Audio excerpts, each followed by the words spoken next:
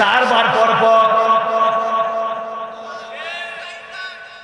আমার সাথে বিরাট বড় বাহিনী আছে, ব্যালিস্টিক ক্ষেপণাস্ত্র, দুনিয়ার সব ক্ষমতা আমার আল্লাহ বলছে ইয়াউমা লা ইয়ানফাউ মালু ওয়ালা বানুন ইল্লা মান আতাল্লাহ বিকলবিন সালিম।